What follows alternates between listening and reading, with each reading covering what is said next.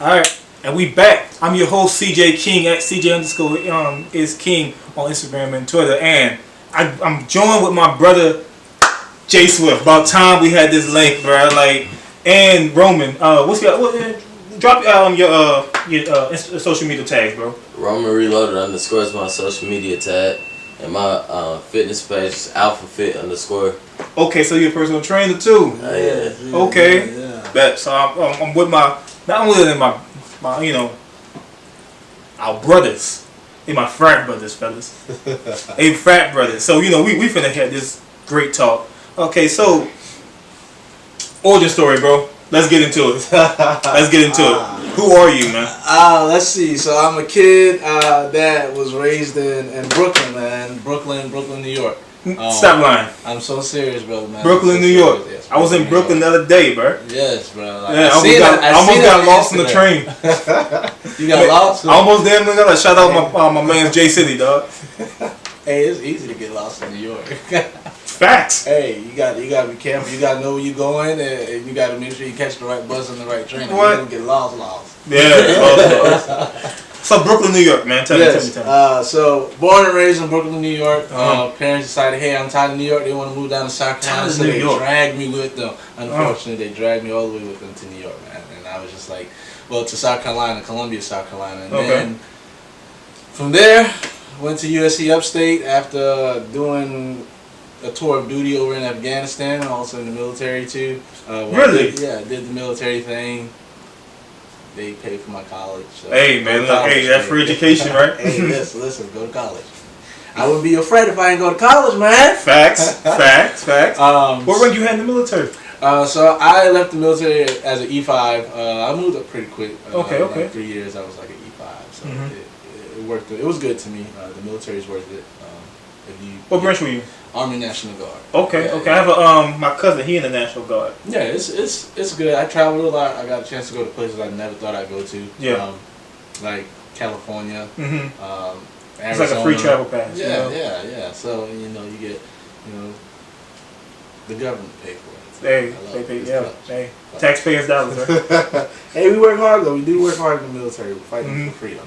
Yeah. But so then after I got back from overseas, started going to USC Upstate. I don't know, when I went to USC Upstate, something clicked in me and said, I gotta get out there more. I gotta do more. So I started doing my talent shows. And in 2017, I wrote my first ever song with my bro Jalen Dawkins, and it was called "Stay With Me," and that was the first song that I ever presented to my bros, to people. Period. I didn't really push the song as hard as I should have, but that was just my first introduction to hey, I really want to pursue this, and I'm serious about my music craft. So that's my little bit of origin, backstory. Okay, what about you, Roman? What's your origin story, bro? Well, I'm originally from North Augusta, South Carolina. Okay. And I had went to USC Upstate just to go major in accounting, and I ended up just running track across country my sophomore year in college. It's just kind of weird how I got into that, but yeah. And then I started I got into fitness because it's everybody got a little gift. You can change the world in different ways. You can bring people together with any type of movement. So I want to do fitness and health. Because when you healthy, when you look good, you working out, you feel good, and you're self-confident. Ladies like that too. It's just God. Yeah. Ladies like that shit too. And guys like a fit woman too. Hey, thanks, man. Hey. Listen, my brother. No offense, I can't handle chubby. Listen, my brother he is definitely a brother, man. This man helped me get in shape, bro. I was just asking, he your trainer, huh? Yes, bro. He the one who got you in the gym, bro. I'm talking about every day. So there was a period of my life where I lost everything, and so I lost I had 2 cars, I had a Mercedes and I had a BMW, and I lost all of that all at once. Hold the phone. You had 2 foreigns. I had 2 foreigns. What was you doing like that? Listen, I was in a good place in my life, man. I even gave my Mercedes to my mom, and I had the Beamer, And bro, just like all of a sudden out of nowhere, life just started like crashing down on me, bro. Like finances got out of whack and stuff like that. So I lost it all, bro. Even like losing like my apartment, bro. So for like a year and maybe 6 to 8 months, man, I was with my brother here. Wound up crashing on his couch. For like, it was like literally 8 months along, like walking for a whole year without no car because I like lost my car like at the top of 2017. And so a whole year, no car, just walking back and forth to work. I'm in a low place in my life, and that's actually how because of this, bro, because of my brother right here, man, he was like, yo, man, you gotta work out, you gotta work out, you gotta work out. He said, when you work out, you exercising your willpower. And I was like, dang, well, I don't want to just only work out, but I want to pursue something and put my energy in a positive direction. Right. So it's a great way to start your day out too. Yeah, you know what I'm saying? yeah. It's like that's a constant focus with me trying to wake up early and to get my ass into the gym. Like, it's hard. Listen, man, it's hard. The hardest thing was being consistent. This man used to always talk to me about being spotty with like your workouts and stuff. And bro, like when I tell you, like this dude right here, that's a brother, man. That's a brother. Like for real, man. And I'm grateful, bro, because if I hadn't went through what I went through and have like my bro in my corner, I don't think I would ever. Lionhearted wouldn't be birthed, and I wouldn't be getting opportunities that I'm getting now, bro. So I thank God for the struggle, bro. Man, look, you gotta trust the process. Yes. You gotta trust the process, man. So before we get into the project, you brought up Lionhearted, man. We're gonna talk about that. Tell me about your musical background, man. Like how did that happen? Whew. My musical background, Lord. Listen, some people, if you ask some of the people from my hometown neighborhood, they'll tell you that, hey, I couldn't sing. They'll tell you that for real. They'll tell you that. They'll be like, nigga, shut up. Shut up. Like that dude in them Coming to America, right? Yes, please, shut up. Hey, listen. They used to tell me that. They used to tell me that all the time, just, hey, dude, stop. Kill it. And I just like, music for me was so inspirational, so influential that I never gave up on it. I remember like, as a kid looking up in the sky, praying to God, like, God, just make me better in this craft right here. Just make me better in this talent. And now I'm here. Now like, bruh, over 8,000 streams later and 10 different countries listening to my music is crazy. And, right. And what I have going on in 2019 is going to be even more crazier than people can ever fathom. Who would have ever thought this little kid, people said couldn't sing, out here doing it. Right. So yeah, that's a bit of the origin, man. Like the kid who stuck with gospel choir, sung on the choir and stuff like that, got back. So you was raised in the church. That's how the whole music thing. You know, you found your voice in the choir and everything. I found my voice singing in the choir, in the choir, and it wasn't like church choir. It was actually Irmo High School gospel choir that I actually started out. Okay. So my high school had gospel choir, and we literally would. My first time, my mentor, Chad Presley is his name. He actually told me, he actually made me sing a song as a soloist for the first time, and I was so nervous, and even everybody like in the choir was like doubting me. They was like, Joe, are you sure? You know, they before I gave myself the artist name Jay Swift, everybody called me Joe. They were like, Joe, are you sure you can do it?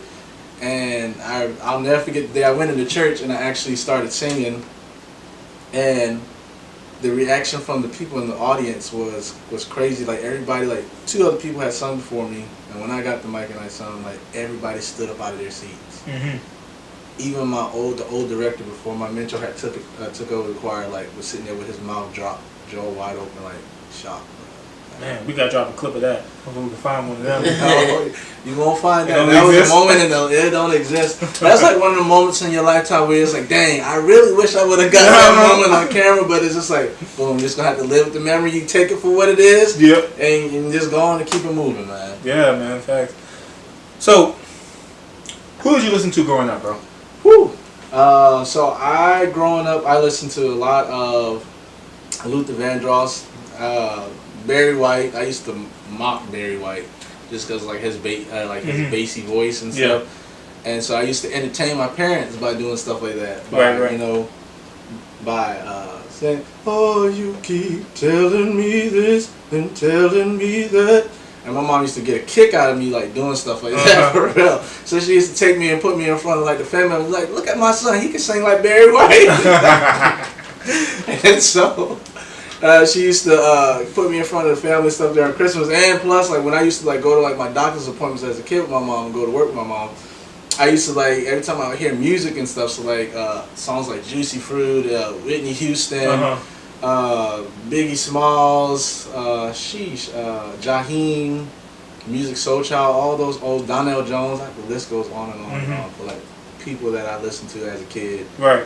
Because my mom was in the 50s, so it's like I got a chance to like, listen to a little bit of the Supremes, a little bit of this, a little bit of that, and so, bro, like, but walking on the street, I always used to like just get trapped. Yeah. In the music and entertaining, and it just like something took over me, bro. I used to walk down the streets in New York and stuff with my mom, and I used to just break out dancing and stuff. Attract the crowd. And I was like, "Boy, I should have got a hat out for you that day." So, what was the moment in time when you decided that you wanted to take your music career serious? I definitely would say, like I said, it was definitely when I did my first, wrote my first song back in 2017 called "Stay With Me." And that was the first time that I think for me, I realized that I got something. Right. And I'm willing to pursue it. And I think that was an eye-opener for me. That was eye-opener. Yeah. Okay. Stay With Me is not on the Lionhearted, no? It's not. You gotta find it on SoundCloud. It's on SoundCloud. It's on SoundCloud. Only on SoundCloud. Only on SoundCloud exclusive. SoundCloud exclusive. That was my first track that I dropped on SoundCloud. Along with, I did a cover called, for John Legend called So High, and they actually took it down because it was like, it's copyright. I was like, it's a cover. But anyhow, they took it down because I guess it was just that good. Hey, I'm playing. Hey, man, you so elevated to Jacquees, man. Take that shit down. Jacquees out here just... The king of R&B, right? The king of R&B, trying to do... Now, we're going to get into that. We're going to get that. Man, matter of fact, we're going to drop down.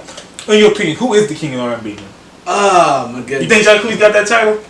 How about you? You think? What you think? I definitely don't think he got the title. You don't think he got the title? No. Self-proclaimed, no? I think that, I don't know. I just think like, he got a little bit more work to do as far as like just building a name for himself for his original work, and I think that would make the difference for him. And being the king, because I don't think he's a bad singer at all. Right. I think he's a great singer, but I think right now what people aren't understanding is that he does a lot of cover work, and so it's hard for people to accept you as a king when you don't have like your own work doesn't show for itself. So I think that's what he needs, is just his own work to like show for itself. I mean, in my opinion, I would say I would give him the title as the king, only for reason why, because he said it himself, right? Now, until someone comes up and literally takes it from him, then like you got the title. Ain't no one responded and said, you know what? Nah, my guy, I'm the king. You know what I'm saying? And literally came up and with the war and like, give me my shit. But I don't know, because it's just till that happens, I feel like he got it. I don't know, because in my opinion, I do feel like humility goes a long way. Like I don't see like people say they didn't have social media back then, but come on, we had a lot of great male singers. Of course. And there's people that could probably out-sing Jacquees. I I'm reminded back when Hov first said that he was going to retire. This was a long time ago. Now this is way before social media, right? This was back when they had 106 and Park on BET. Right. Now as soon as I remember him saying that he was going to retire, like within not a week later, Lil Wayne came out of nowhere and proclaimed himself as the greatest rapper alive. And he definitely is a rap legend. He's a rap legend. But my whole thing is like you have to claim it for yourself. Yeah. And until someone can step in and take it from you, then you hold that title. But see when Lil Wayne proclaimed that, Jay-Z had already given him the title though, because even Jay-Z didn't give it. Jay-Z backed out. He said, "Look, I'm done. I'm retiring."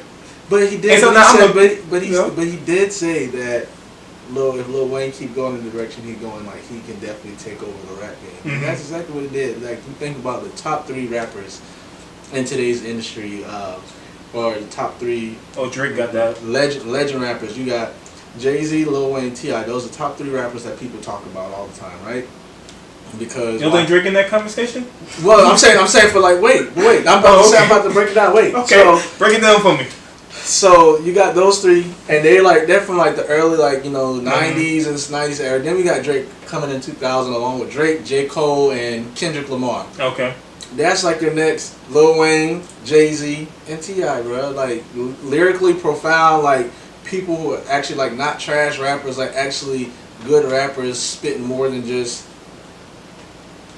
words. They spit a message. Like you have to find the message within the words, and like I think Drake, J. Cole, and Kendrick Lamar are by far like top tier rappers. Like they're setting themselves up to be legends and icons. Okay. What does J. Swift come in that conversation at for R&B legends? Where you at in that conversation? J. Swift is about to be the next king of R&B. Hey, you see what I'm saying? So proclaim. You gotta claim for yourself. Speak that shit into existence. Hey, listen, I'm about to be the next king of R&B. Okay, like just wait. But it's not something that I would proclaim. Like I wouldn't. You ain't going like King Kong and right. So there's a difference between what they said, notoriety and respect. Like notoriety is your work and it's gonna speak for itself. Right. And I'd rather have notoriety and let my work speak for itself and let the people give me that crown than to turn around and take the crown and then have all these people saying, oh, because I mean, people gonna talk regardless, but at the same time, you know, if you really love something, your work is gonna speak for itself regardless. Like, Grammy nominations, like who would have ever thought Ella May coming all the way from Britain would come through and be 2-time Grammy nominated? Come on. Right. Meanwhile, Jacquees out here, he done stole the girl's song and ain't no Grammy nomination yet. You gotta let your work speak for itself. Like he's a great artist, but you gotta just let you. You got some work to do. Yeah. All right. So tell me about your name, man. How'd you get the name J. Swift? Oh my goodness. So it started out as a joke. Really? Yes. What was the joke? So one of my frat brothers, we were in a group message one day, and he was like, Joe, man. He said, you know, it'd be dope. He said, if your name was Swift, you just change the name to J. Swift, and kind of like Taylor Swift, but you reject J. Swift. And I was like, and so it was originally like meant to be a joke, and I was like, okay, well, I like that though. So instead of putting the T on it, I'm just add the F and make it different and unique. Right. And so that's essentially how that name was born, out of basically a joke. Okay. Back in my days, man, I used to try to mess with the rap game. Yeah. Long time ago. Go ahead, drop some bars for me, bro. No. You're not gonna have me embarrass myself. No, I had multiple names, but I'm not even going. No, you know what? I'm not going to even do it. I'm not doing it. I'm not doing it. I'm not going to do it myself. You gotta oblige the audience. You gotta I'll tell them. I'll appease you. I'll tell you what my rap name used to be. What it used to be, my boy? It used to be Master Killer. Master Killer? Master Killer. I ain't never killed a person in my life. But you could have killed a rap bars. I was killing them with the bars. Though, man. You had bars. Yeah. Before trap music came out, man. You know. Now watch everybody hit me in my DMs. You know you lying. Listen. Hey, I ain't got a cap. Don't listen to the haters and the naysayers, man. I have composition notebooks in the attic. Listen, oh my goodness. Speaking of composition notebooks, I remember as a kid growing up, I used to be interested in the rap game. As a kid growing up, and I used to have this Mickey Mouse book that said. That it spoke about like time, like if you sleep too much, you waste time. Basically, is what the message was. Yeah. And I used to write inside that book all the time because I used to want to be a rapper. And then I found out, not so much. No. Yeah. Look, one of my boys up in New York actually, he told me, look, anybody can really be a good rapper, man. All they do is take time and dedication, like constant work at your craft. Yep. Because look, Drake wasn't Drake overnight. Yep. The Drake we know overnight. Hey, he started somewhere. Yep. You got to think of the boy all the way back from Degrassi. He probably had the shittiest bars back then. Listen, I hate when people say, "Oh yeah, Drake was in the wheelchair." Drake wasn't always in a wheelchair, you guys. Like you don't know Drake. You know he wasn't in a wheelchair the whole time in Degrassi. Right. And they steady want to say, "Oh yeah, the guy in the wheelchair, Jimmy." Man, all right. So musically, what would you say your sound comes from? I don't. Well, maybe that I don't know, cause like for me it's like I think my sound comes from like a lot of what I listen to. So like I listen to a lot of gospel, I listen to a lot of R&B, and I just kind of started getting into listening to rap music. So I would definitely say that my sound is unique in a way, in the sense that I think I had the potential to cross over into many different genres of music, not just one specific box. So I wouldn't be, I feel like if I felt like I wanted to do a project that was strictly R&B, I could do it. If I want to do a project that was pop, like I feel like I have. They're just bags you can go into at any given time. You know? Like, because I listen to so much different kinds of music, like I don't just listen to like, I listen to the Taylor Swifts, the Ariana Grandes, the Jonas Brothers, the Nick Jonas, the dang Rascal Flatts, country singers, and of the world, and maybe even a little bit of like soft rock and stuff. So I just listen. I just have a huge sound that I listen to, and so I feel like I can learn from everybody. And so I think my style is unique in that I honestly believe that I have the potential to cross over to any genre I want to. Okay. And do it. Okay, so what artists would you say help influence your sound? Like yeah. I will say that. Who makes your list? Put it that way. The artists that really helped me influence my sound, there's two. There is Smokey Norfolk, the gospel artist, because I actually learned how to do a lot of my runs and stuff from him, and just listening to him and trying to replicate what he did.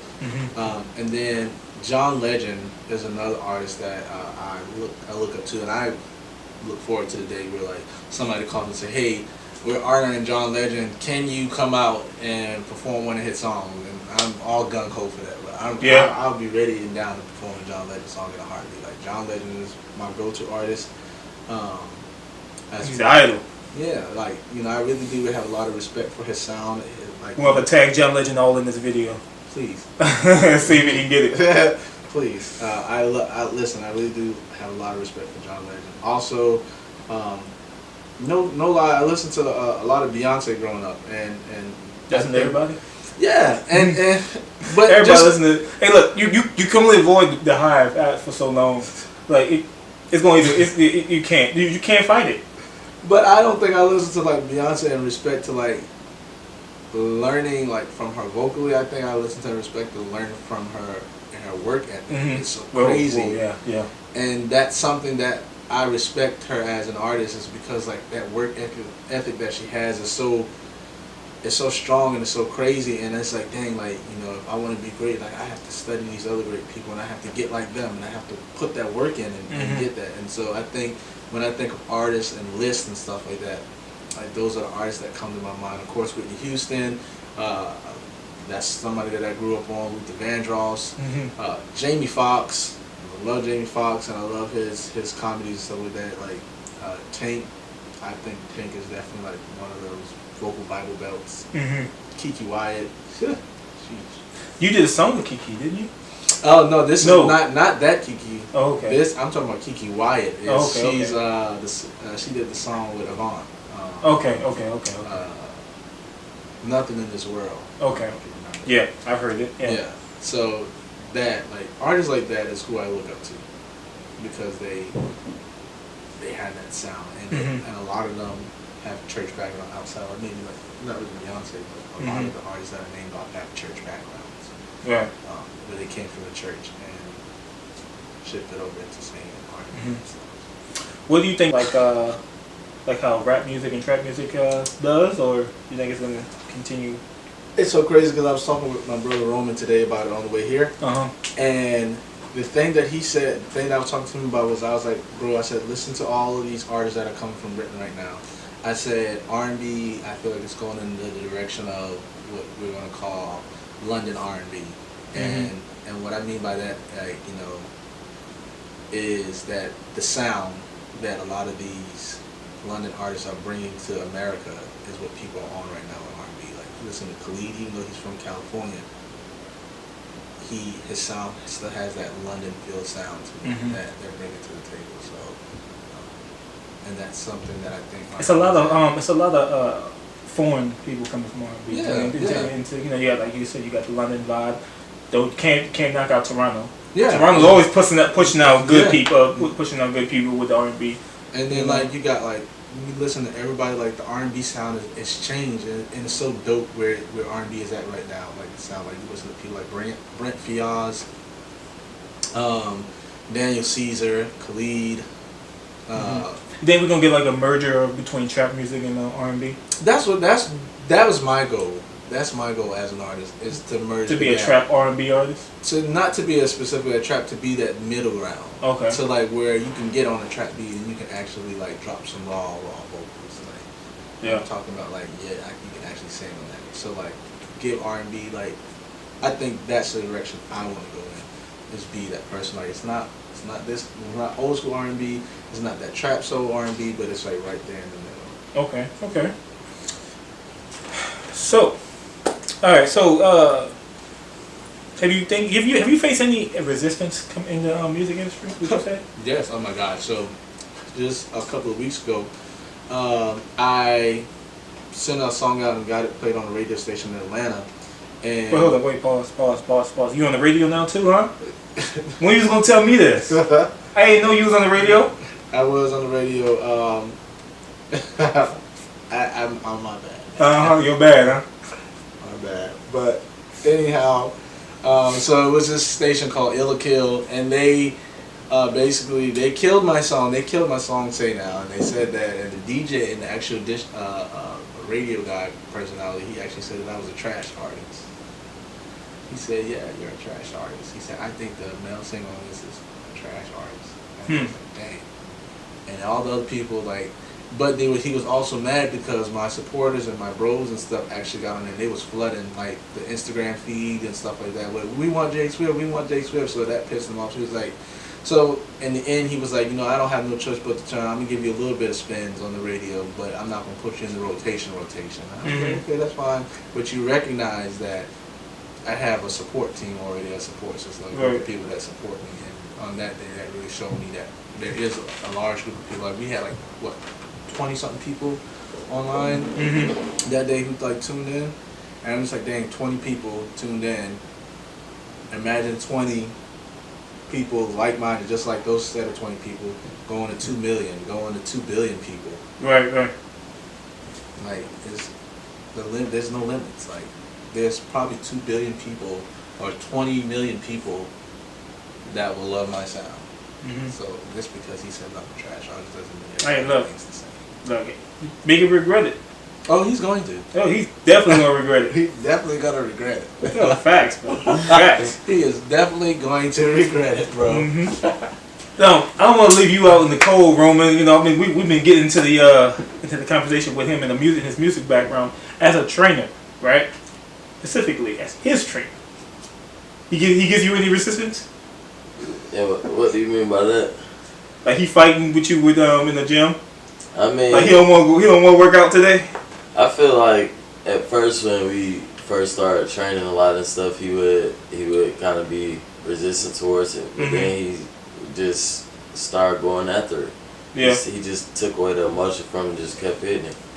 It's like he's got to keep doing a little every day, and that's for anything with music or what you're doing. You just got to keep it every day. You got to be consistent. Got to. Yeah, and that's really what the hardest thing I find.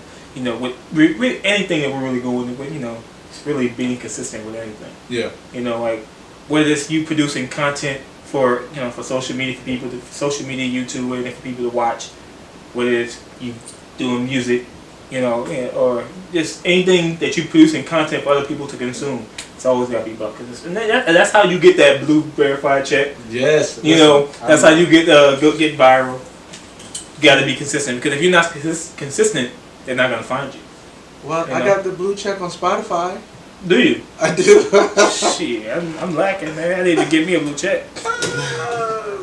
I got verified on Spotify. I was so grateful. Like what? I did. You didn't make no video popping the champagne bottle. I'm verified, huh? No, I'm one of those people. Like I'm not a social media junkie, so I don't really. I don't never really broadcast a whole lot, like, and I think that's another reason why like, I don't know, I make it hard for like people to really connect with me and stuff, is because like I'm not like, oh, gotta be on social media. Let me go do this Instagram live.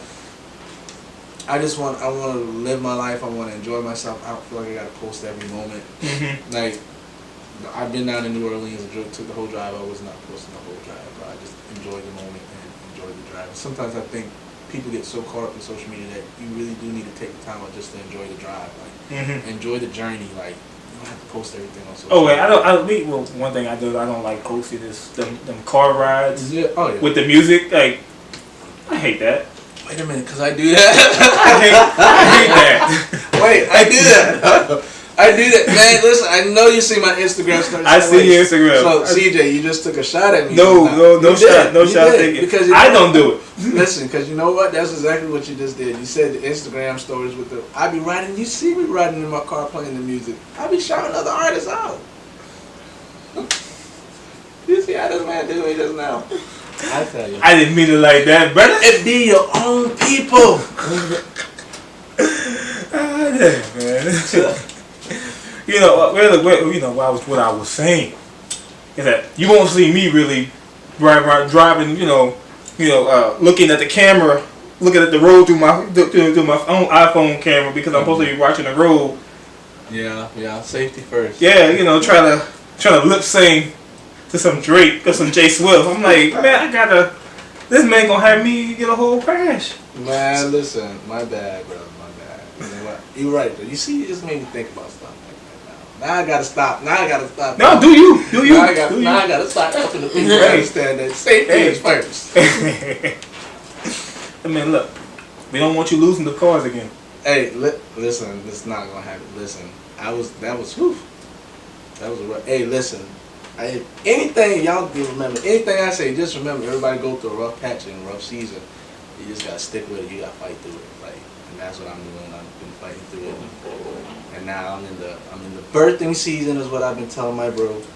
And blessings is on the way. I can't tell everybody. Blessings all 2019. Listen, bro. Hashtag. So much good news. I'm just ready to share it with the world, but I can't. I gotta be patient. I gotta wait, and on that, which I won't see. Oh, but you gotta use that law of attraction though to your benefit, man. Yeah. Speak into existence, because we as human beings, we have the ability to, whatever our thoughts and our words, what we say, we can manifest those into action. Oh yeah, absolutely. So if you say you want to do something, and you constantly saying and you kind of speak in your subconscious mind, you're gonna be like, it's gonna get to work, and you're gonna constantly, and you're gonna figure out how to make it happen for yourself. Yeah. Oh yeah. Definitely. It's the creative power we have. Oh yeah. Like, just like God said, let there be light, and there was light, and that's the same power that's in us. Right. So speak what you want, not what you don't want. Right. Which is why you gotta be which is why we have to be extremely careful what we say. Yep.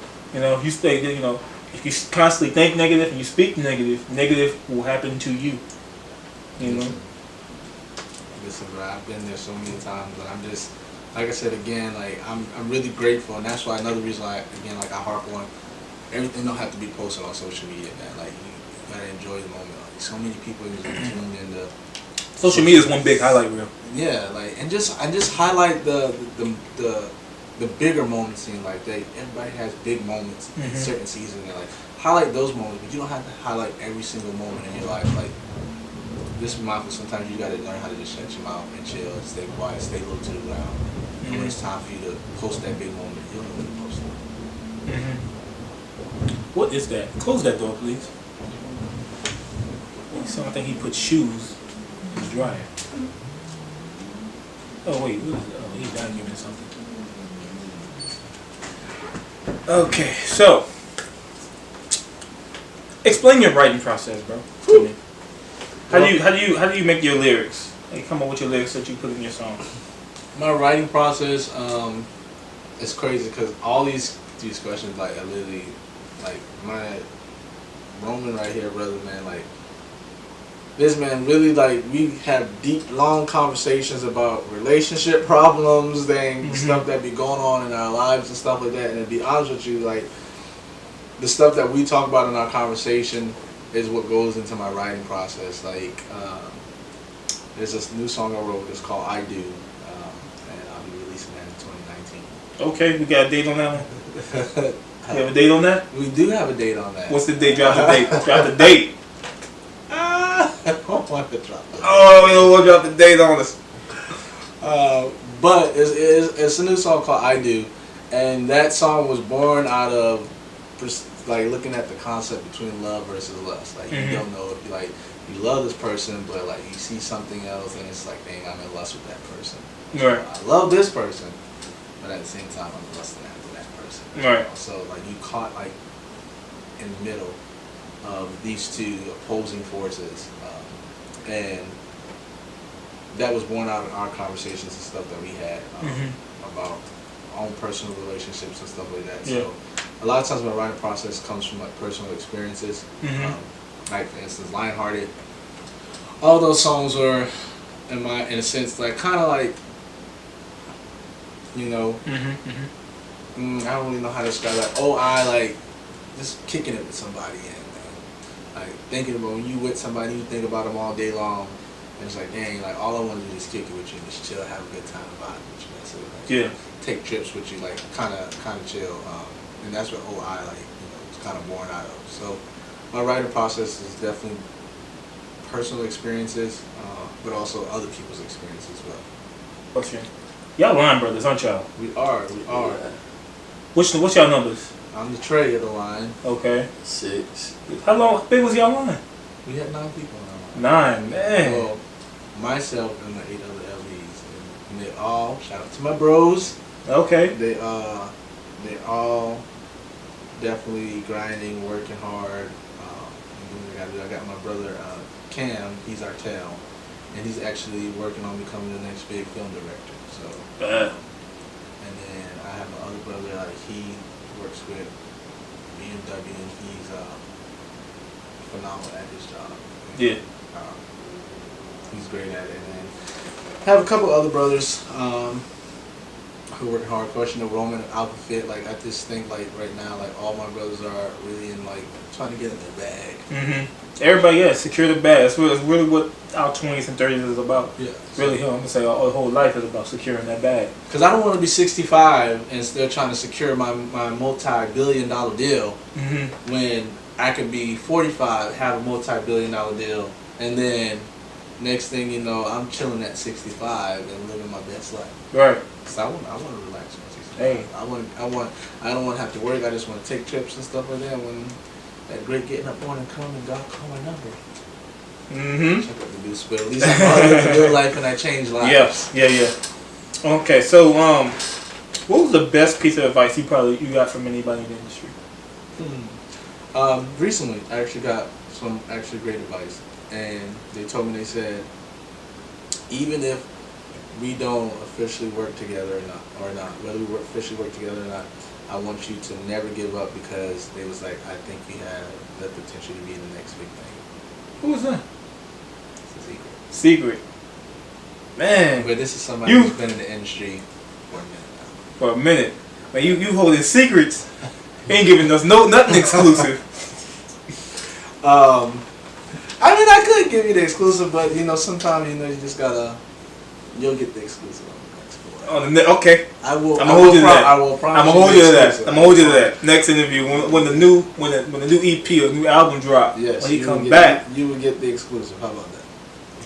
But sounds like a plan to me, brother. But yes, definitely that was the best bit of advice I got, and it spoke volumes, because this is somebody that's been in the industry for over 20-something years, and so for them to give me confirmation that I really do have something, I really do have talent, that motivates me and that encouraged me to just keep fighting, keep going, and that's something and that's why I'm so excited about. Right, because it makes you feel good when you have people that when people actually listen to you, they can hear you. Yeah. And someone who's offering you advice actually carries weight. Yeah.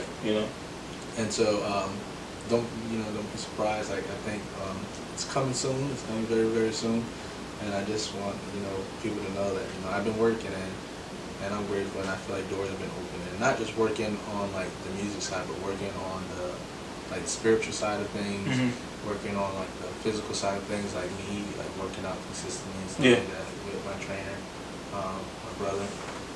Shout out to Roman.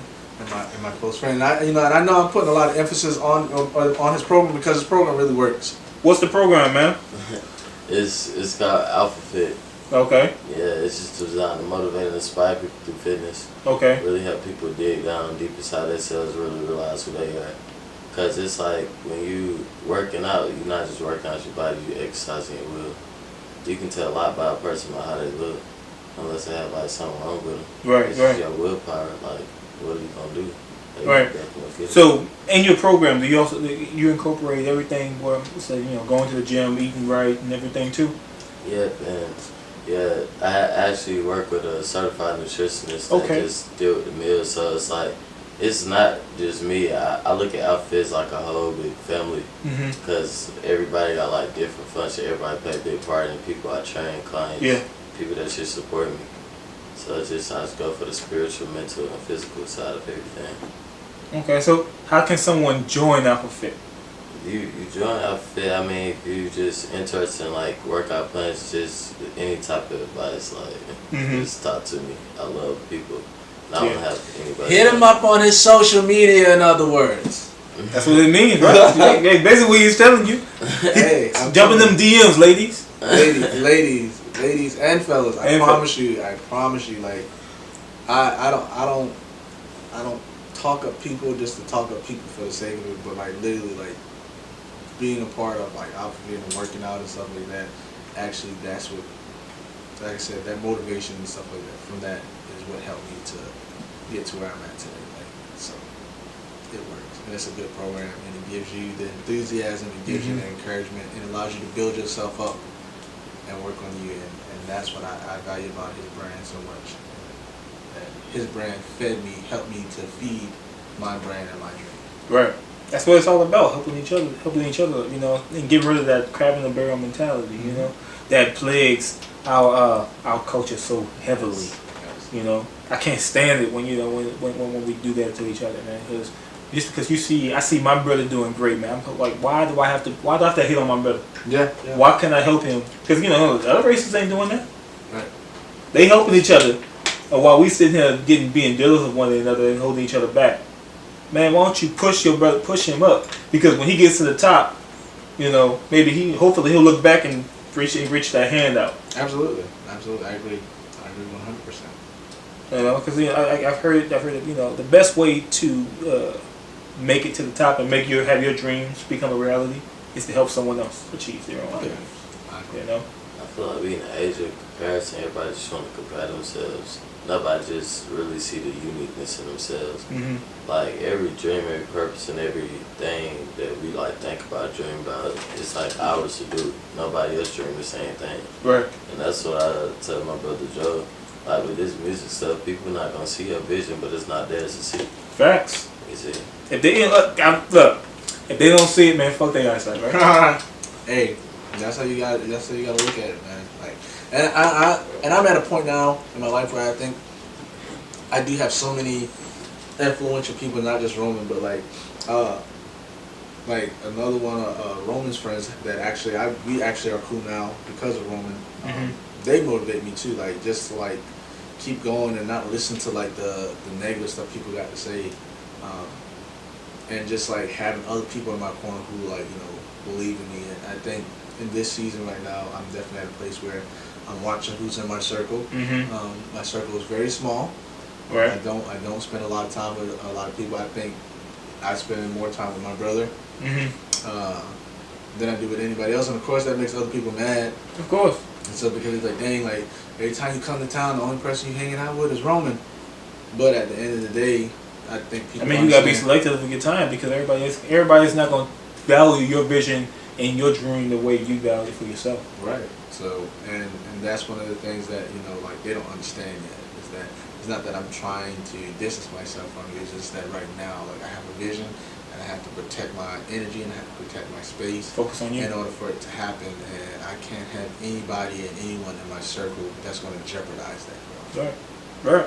Not even myself. Like I won't even allow myself to jeopardize it. So that means watching my space, and my circle is probably like a little small period on paper right now. Like that's how small. Few people.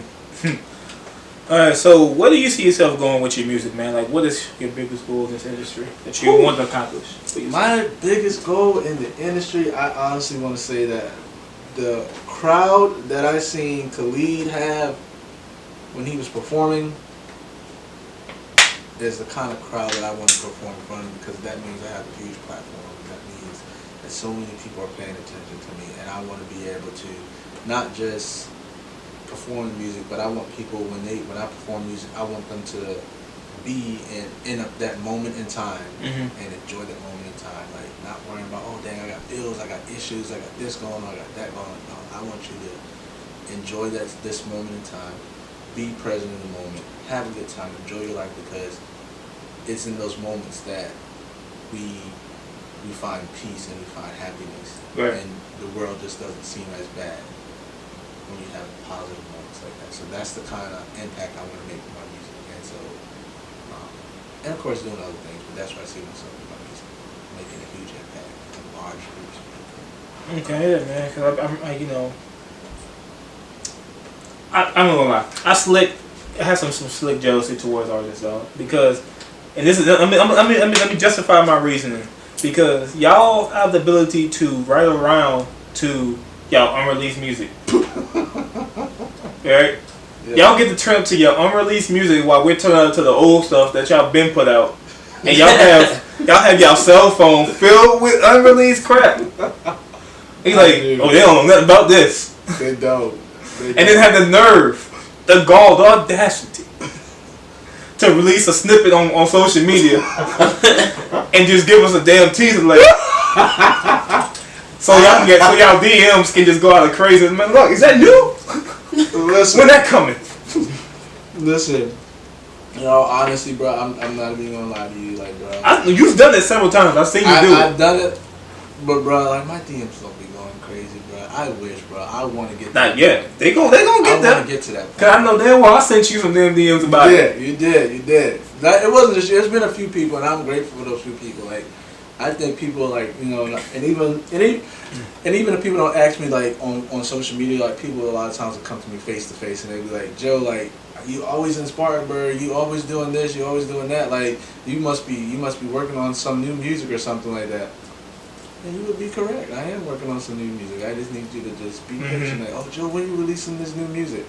Be patient, because I'm trying to make this next track better than the last. That's all you gotta do. Constant elevation. Yeah. How often are you going to the studio, bro?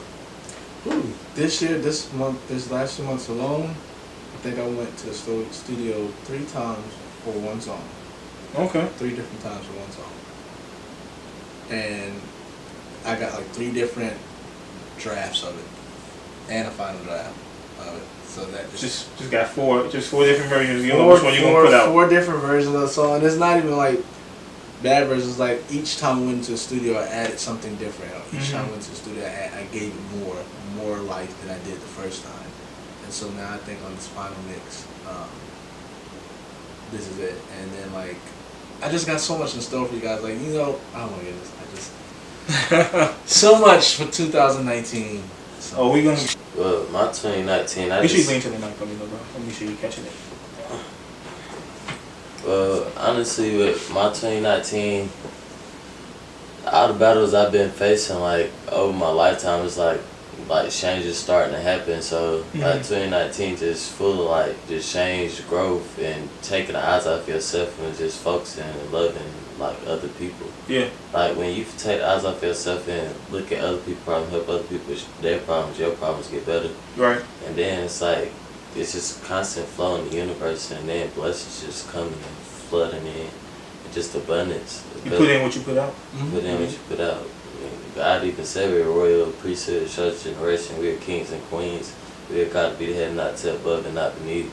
So that's why I just believe this. You see, this is why Alpha Fit works. I see that. This is why Alpha Fit works. Like, who thinks to, like, put this kind of amount of motivation into a speech? But like, this is what Alpha Fit works. Man, hold on. You please tell me you record, you do like front cam motivational speeches on your gram. Yeah, I do. You do? Yeah. If you ever need motivational, man, follow this man. Drop the tag one more time for me. What is it? Roman Reloaded _.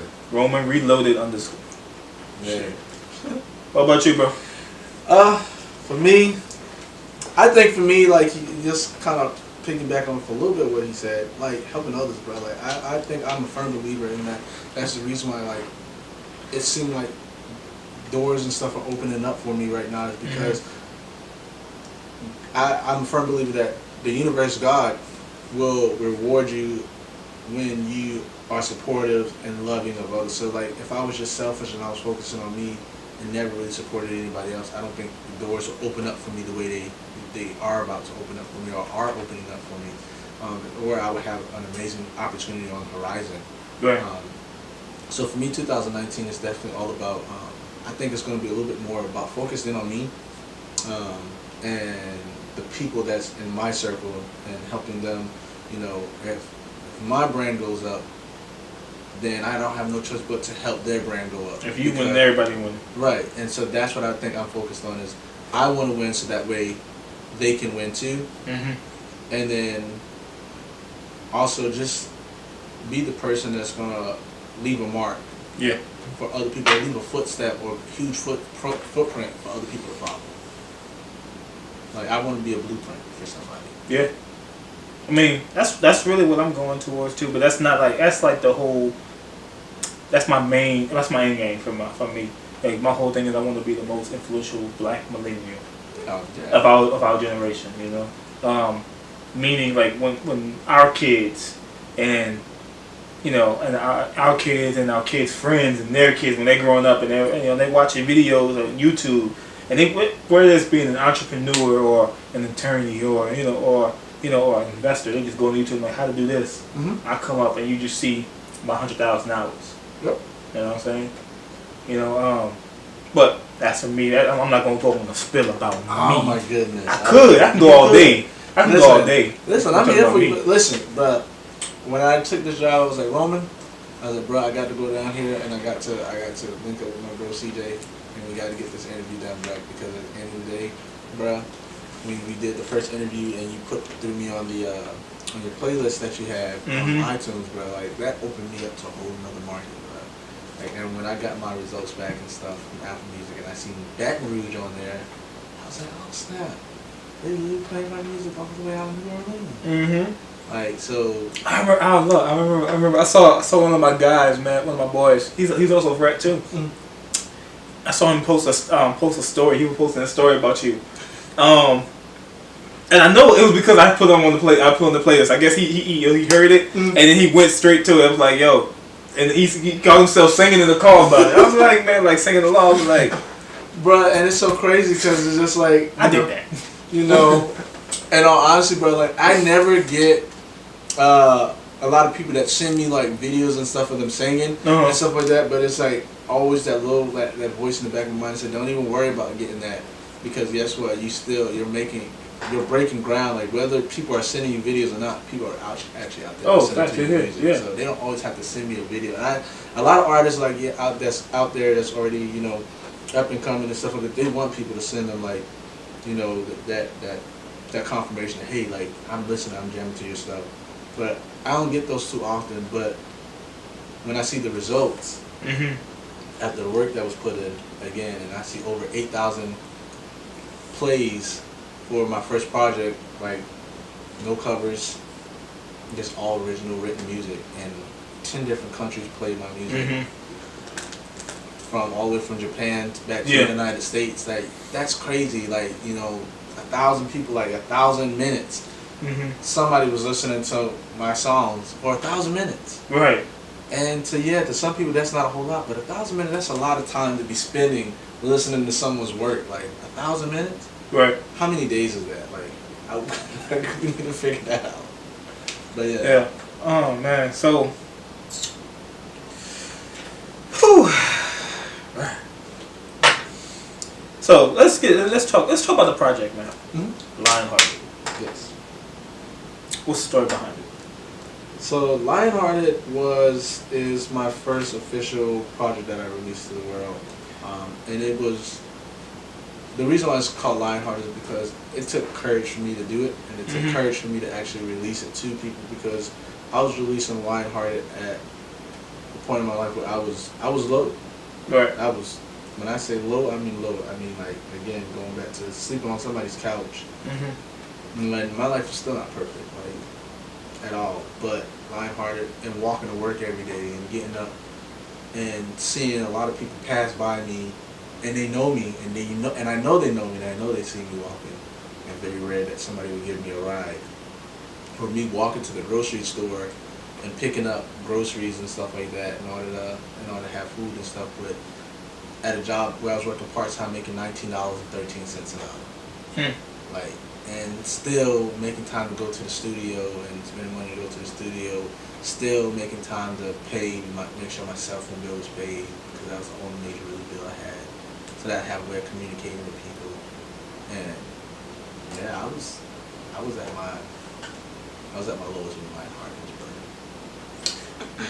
What was you used this several? You mentioned several times that you was at a low point. What happened? If you don't mind talking about that. I think what happened for me was that I'll never forget this. I was playing around on the internet and I was doing this little fortune thing, and I was like, "Will I ever be rich?" And the fortune came back and it said, "When you lose everything." And I was literally at the point where I had lost just about everything. Car, apartment, sleeping on somebody's couch. Almost lost myself mentally, trying to figure out who I am mentally and stuff. And I think that what happened was, a lot of it was poor choices and bad decision making. But I feel like if I would have never made those bad decisions, or what people deem as poor choices and stuff, I would have never pursued what I pursued this far. I would have never actually got into it like I was supposed to get into it. And so I think that's the thing that makes it different for me, is that even with my poor choices, for some reason I kept the faith and I kept fighting the good fight, and I stayed consistent. I didn't give up even at my lowest. Right. Okay, man. Well, I'm glad you coming on the other side of it, though. I am. Like I say, in life, it's no losses, only lessons. Oh yes. And it really, that's just a mindset. Like, there's people out there that really think L stands for losses. And then there's people out there that have the mindset that L stands for a lesson. Yeah. We only truly lose, once you decide to quit and you don't get up anymore. You know what I'm saying?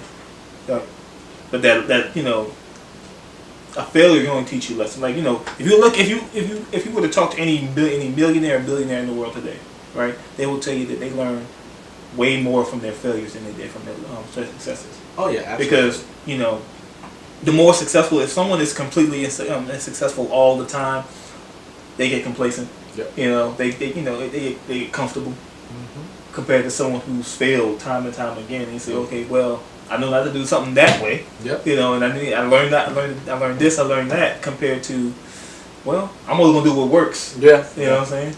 So I definitely learned a lot in this season, and the crazy thing about it is that I feel I'm the type of person I learn from everybody. So it's not just older people that I can learn from. I feel like I can learn from people that's younger than me. Like, and that's one of the things I think that helped me keep going, is that I was feeling the need to want to better myself, change myself, not for other people but for me. Like, I know like certain things hindered me from getting to where I needed to be, and so I just want to change for myself.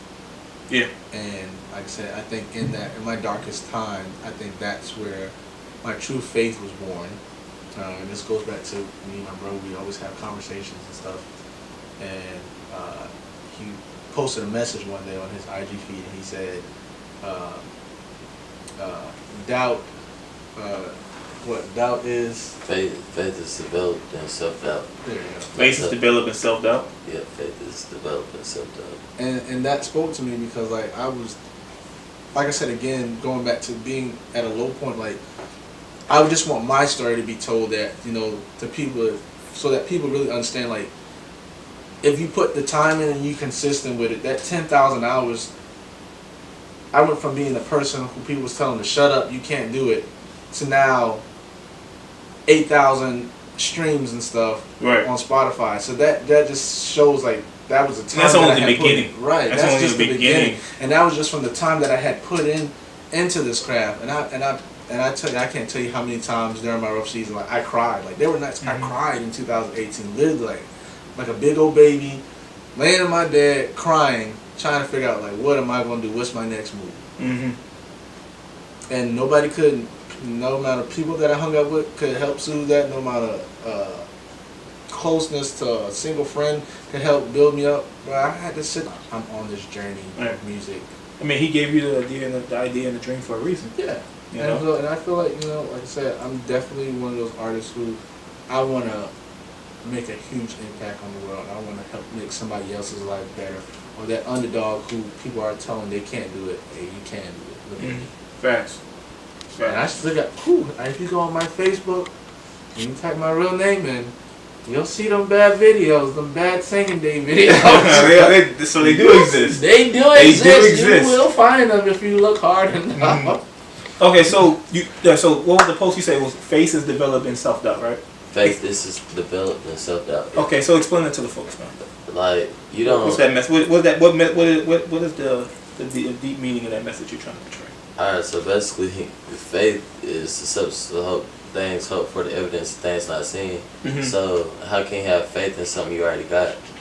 Like, how can you have faith if you're just so confident? If somebody got $20 in their hand right now, do you have faith that they gonna give you $20?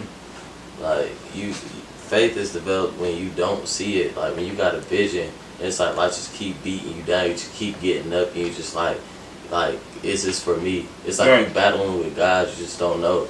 And that's when His strength. That's when He strengthens you, because His strength works perfect in your weakness. So when you feeling weak, when you feeling so lost, that's when He's just working.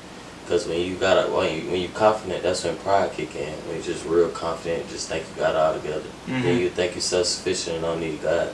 Right. So, yeah, that's what it meant. Okay, man. Yo, that's deep, brother. Oh man. So what is back to Lionhearted, man? What is the deep message you're trying to portray in your EP? It's not an album yet. You haven't released an album yet. I did not. It's an EP. But I think the deeper meaning is in the title. Everybody, in order for you to win in life, you have to have the heart of a lion to achieve your goals. And to, even when it looks like things are stacked against you and that a lot of people don't believe in you, you got to believe in you.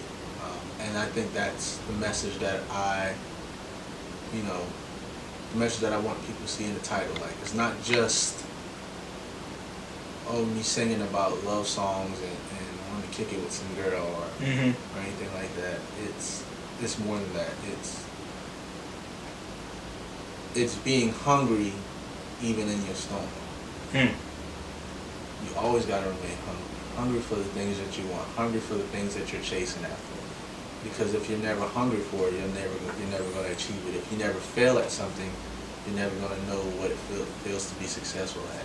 Facts. So, I think, like I said again, the overall arching message in Lionhearted is in the title. Like, you gotta have the heart of a lion in order to overcome and achieve. Right. Because I don't know if you watch Animal Planet every now and then. You know how lions operate? Yes. You know how successful they are when they go hunting? Yes, they're not that successful. They miss a lot. They fail in their hunts a lot. What, I think it's like 75% of their kills they might miss somewhere in that book. Oh yeah, it's high. It's high. But when they do get it, that zebra just tastes that much better. Come on.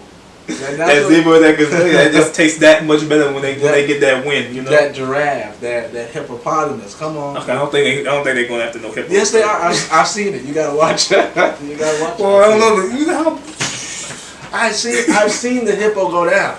I'm playing. The hippo was already down. It was down, but no, for real though, you're absolutely right though. Like, if you really think about it, like being a lion, like you're gonna miss a lot of it. You're gonna miss a lot of things, but the point is that you always try. You always get back up. That's so true. So I think, again, like I said, Lionhearted is something that's near and dear to me. There's been plenty of times, oh my goodness, where I honestly felt like, dang, I didn't like my project. I was like, this is trash, and I don't know why anybody's listening to it. I thought it was trash. Why you thought it was trash? Because again, it goes back to self-doubt, not being confident and stuff. Yeah. And a lot of times, what we personally think is trash, other people see as, damn, I wish I had this talent, or I wish I had this ability. And I think a lot of times we're so quick to put ourselves down because our expectations that somebody else is out there putting us down. Right. But you can't do that. You have to let the market decide what what's hot or not. Yeah. That's why I tell you all the time. It's like, don't sell in your music. Yeah. Put it out there. You make something new, man. Look, unless you're saving it to put on like a whole EP or like a real big project, man. If you made a single, man, put it out there so other people can hear it, because they're gonna be the ones that determine if that's a hot song or not. You can't do that to yourself. Yeah. Because you don't know what someone in Japan or all the way in California, someone in Baton Rouge. Right. Well, you don't know what they think is hot. Yeah. You know what I'm saying? And I mean, and I think, again, and also going back to that radio station, me putting that song in that radio station and having the actual DJ tell me I was a trash artist, I think that really 8,000 streams later helped me to understand that, like, you might feel that way, and there are people that's going to feel that way, but we, you ain't the only one in this world. Right. And don't ever focus on just the negative. Focus on the people who do rock with your music. Focus on the people who do, love your sound and stuff like that. Everybody's not gonna love your sound. Everybody don't love Beyonce. Everybody don't love Rihanna. True. But look. You want to talk? You're talking about the guy who said you was trash, right? You know what happened to Jay-Z when he first started? No, they said he was garbage. They said he was garbage too. Yeah, they did. How many Grammys he got now? A lot. Okay. He's a freaking married to who? Beyonce. Oh, okay. But he was a trash artist, right? He was. Now look at him. You gotta be humble before you get excited. Exactly. Hey, so I mean, like I said, at the end of the day, like, I'm really trying to make an impact on the world. Like, that comes back down to being consistent though. Like we were talking about, impact is gonna happen. You just gotta keep at it and be consistent. Absolutely. And always portray the positive, push positivity. Yeah. I agree 1000%. Like, that's one of the things that I love, and I had to realize too that music is subjective. Everything is subjective. Like, not everybody's gonna like the way he might do his fitness program. Not everybody's gonna like the way I sound on my music and stuff like that. Some people just like, oh, I can't. I hate the way he sings. That's fine, right. And you're okay, and you're all right to have your opinion. That's fine. You're not stopping my bag. You're not stopping my check, because there is somebody out there that would think differently. There is somebody out there that will believe in you, just like you believe in yourself. So, again, like I said, don't ever quit. You ever had to deal with any negative? So people real straight up just negative on social media? No, I actually. You ever had to deal with no trolls or nothing? I haven't experienced trolls yet. I'm so grateful that I have not. I caught my first one. You did? I did. I caught my first one not too long, a while ago. That means that you're doing something great. When you catch it, I promise you, I think I'm probably going to catch 2019 probably going to be the year of troll season. 2019 is let the trolls hit. Huh? Let the trolls out. The trolls is really going to be out there, because anytime you're connected to such a great destiny, I promise you, there's always, you're not doing it right if you don't have negative people trolling and being negative. You're not doing nothing. You're not doing that. Oh, what? Yeah, look. There's no way in the world you can say, oh yeah, I'm great. But you don't have backlash from somebody. You got to have backlash, because guess what? Look, you having haters mean you're doing something right. People, embrace your haters. Love your haters. They're doing their job. They have a job to do. Let them do their job. They should get paid for what they do. Listen, if I could pay all my haters, I'd be broke. Oh man. So I was about to ask. Someone would be real good too. Damn, it'll come back. What song would you classify of your EP as your hit single? Would you say? I think Fantasy is the hit single. Have you pushed that one? As your I have not pushed that. I have not pushed Fantasy, but then also, I don't know. And in my opinion, I honestly feel like Lionhearted has offered so much of a dynamics and sound wise, because all 5 songs can be shot to different markets or people. Okay, let me rephrase that.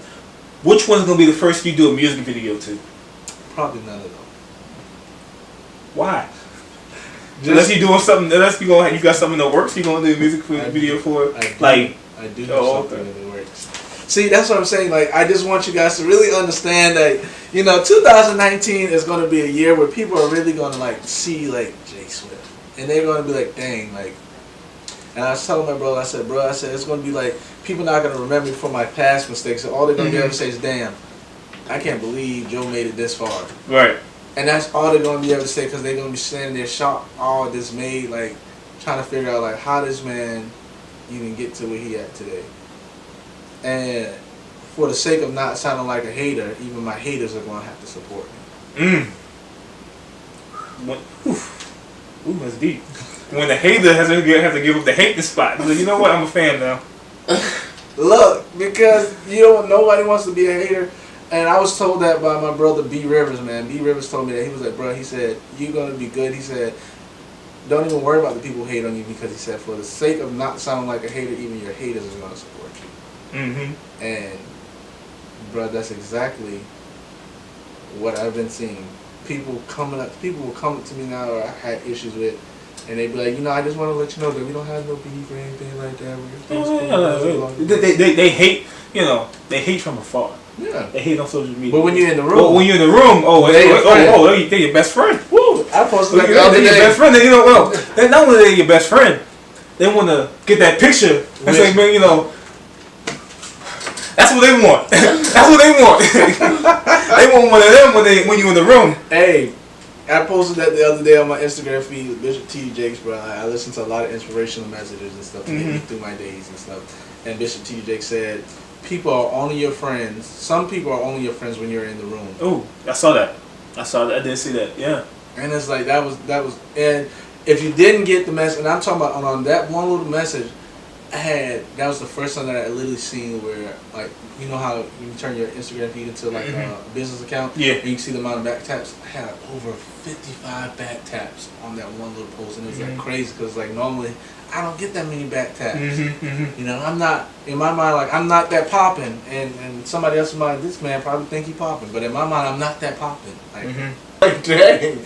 I was like, they couldn't even give me credit for the fact that I turned around and I quoted somebody who gives me inspiration every single day, to the point where they took my name, they scribbled it out, bro. I was like, man, damn. I can't even say that today. That's happened to me before too. I'm like, dang, like, bro, just acknowledge the fact that my message. So I really don't see why you did that. But hey, it is what it is. What can you tell me about any future projects you're working on, bro? So as of right now, I'm working on a new single for 2019, and along with a new music video. My very first official music video is also what I'm working on for 2019 as well. So you will see a release, maybe. Because I know I said I didn't want to give out this information, but I'm gonna surprise y'all and say that y'all might just go ahead and be checking for it sometime in January. Okay, January 19, man. We coming. 2019, he's coming. J Swift is coming with some new content. Yes. Alright, so when can we expect you to go on tour? But if it's not, a localized tour, put it that way. For all the listeners out there in South Carolina. Tour, listen, in all honesty, I wish I could say when I want to go on tour, but in all honesty, like, I'm really focused on building the groundwork before I even think about a tour. Like, of course, I do gigs here and there. Yeah, that's what I mean. Doing multiple gigs, That's what I see when I mean by tour. Oh, okay. Well, I got a couple of gigs already lined up for 2019. One is at a university in Georgia. Okay. And then maybe back in my old high school, I got a gig there as well. I actually got a gig this coming weekend in Atlanta, so I got a few gigs and stuff. One to finish off the year, and then two already locked and loaded to start off the new year. So that's something I'm looking forward to, and then possibly depending on my university that I went to, homecoming. You gotta get them. Might have an opportunity to perform there as well. So. Yeah. Because there's this one artist I've been listening to, for a minute, and he's been doing gigs in high school. Yeah. Like he's been doing like a high school tour almost. Yeah. Mm-hmm. Like they go to the auditorium and they go to the gym. Be like, you know, it's like, you know, he just come out and he do his thing. The high schools go crazy. They do. And You listen, know? high school kids, if you know anything about high school kids, like we think that adults are critical. No, high school kids are the most critical. So Yeah, but don't even limit to high school. Like, I would even go with the middle school too. Yeah. Like I doesn't. What's perfect? Like I got someone coming tomorrow actually, and he goes to middle school. Yeah, and that's the perfect audience to access it, because those are the people. Like, if you can't reach those kids, then I don't know. It's really kind of hard for you to get into the market, because I know for me, when I first went to high school and I performed, and these kids never seen me a day in my life. They were all talking to me like I felt like a celebrity. I've never talked to so many people. I tell you that one day I got tired of talking to people. Man, look, you're an entertainer. You can't get tired of talking to people, man. You're an entertainer. I was like, I'm ready to go, man. I'm ready to go to the next thing, because I was so all of them, and I'm so grateful because all of them literally like, can I get a picture with you? Can I get a picture with you in your Right. Can I? Reason why you need to have a photographer on your team. Yeah. So it was a good experience. I personally was so critical of it. I didn't think I did that good, but the kids they loved it. They loved it. There's a market. So as long as the market likes it, they like it. Yeah. So you know it's what I'm just like I can't. I'm always critical of myself, but I think that's something that I have to work on for me, is not being as critical and just trusting that if I put the work into it, the market is going to determine whether it's good or not. Right. And so that's one of the things I'm working on. Okay, so you're still independent, right? Yes. All right. So what would some advice, if you know, that you would offer up to anybody who's out there who wants to be an independent artist, but they haven't took their shot yet? What could you tell them? Go get it. Like, don't wait, because nobody's going to give you that shot but you, and nobody's going to give you your break but you. Nobody can. One of the best advice that I've ever received my whole life is that nobody's going to care more about what you care about than yourself. Mm-hmm. And I learned that from the military in my career. It was like, nobody's going to care more about your military career than you. So you got to go do it for yourself. And that was one of the things that I learned from the military. So that's the same concept. Falls in every area of your life. Nobody's going to give you the opportunity. Opportunity's just not going to fall in your lap. Mm-hmm. Life doesn't happen like that. You got to put yourself out there, and you got to be willing to take risks, and you got to trust that the risk that you're taking is worth it. Okay. So let's talk about building your brand on social media. You know, using your using the current leverage you have now, how to gain additional leverage. What's your main aspect of, like, how do you promote your music? So my main platform that I use is Instagram. Okay. I love Instagram. Instagram, if you ever want to give me an endorsement, do it, just DM me. Okay. But nonetheless, no, I love Instagram. That's the main platform that I use to promote. Mm-hmm. Just for the simple fact that Instagram is something about Instagram. Like, Instagram has everything you need. It has a story feed. Mm-hmm. Whereas Snapchat, I can post my stories up. Instagram gives me my stories. Instagram gives me things to talk about, just like with Facebook, pictures and stuff. And also not only that, but I get the opportunity to write whole paragraphs and stuff on my pictures. So yeah.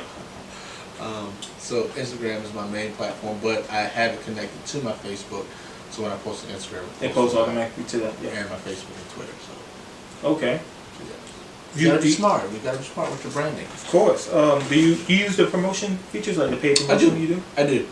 So when I first released my song "Say Now" featuring Kiki, I actually used a promotional. I actually did a paid promotion. I spent like $30 to market to a bigger audience and stuff.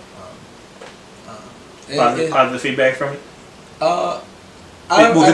Did the promotion itself? Did it work? Did you see anything come from it? It did. The promotion. So I think what happened was that more people visited my profile and stuff like that. And I think that also helped with like me getting like the streams and the listens and stuff like that, and also made it easier for people to determine what song they actually liked the most off of my first project. And I think they found that they like Fantasy the best. Because that's the one that currently right now has a star by it and it's consistent. It's either between Fantasy and OI. It sometimes varies, but I'm waiting for the day that I see 2 stars on there.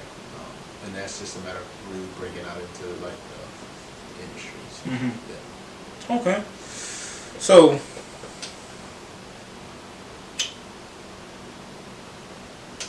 you said you're doing you're making your new music video coming, right?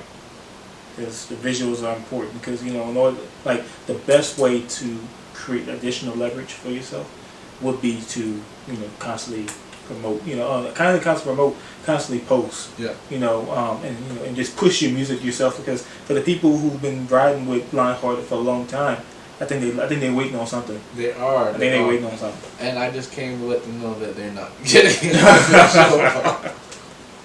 They're not getting. I tried, guys. I tried. And it's not because I don't want to give them a visual. It's because I have yet to meet somebody that could possibly. I think I have met a director and a videographer that could actually bring my visions to life. And so, in 2019, like I'm hoping what happens is that when I drop my new song, my new single, and my a new music video, which I am dropping a music video in 2019, you guys will actually see that that it was worth the wait. Right. And I want everything that I do to be worth the wait. Like I know people are so quick to want to just drop stuff and push stuff out, but I don't want to be one of those artists that just dropping stuff just for the sake of it. I want to put my time, I want to put my blood, sweat, and tears into it because this is my craft, and this is something that I'm hoping one day is going to make me millions.